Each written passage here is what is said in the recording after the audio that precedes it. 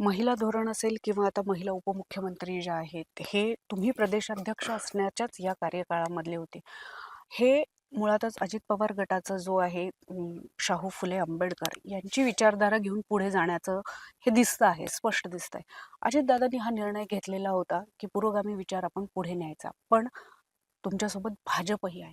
ही तारेवरची कसरत दादांनी आणि तुम्ही मिळून तर जमवली आम्ही कशी? ज्यावेळेला निर्णय घेतला त्याच वेळेला आम्ही जमवली. एनडीए मधला आमचा सहभाग बहुजन समाजाच्या हितासाठी होता आणि बहुजन समाजाचं हित आपल्याला साधायचं असेल तर सत्तेमधला सहभाग असला पाहिजे. ही शिकवण महाराष्ट्राचे थोर शिल्पकार स्वर्गीय चव्हाण साहेबांनी दिली. त्या विचारावरती आधारित राहून आम्ही एनडीएमध्ये सहभागी झालो आणि एनडीएमध्ये सहभागी झाल्यावर सुद्धा आमचा पुरोगामी विचार, आमचा धर्मनिरपेक्ष विचार सोबत ठेवूनच आमची त्याच्यात वाटचाल झाली.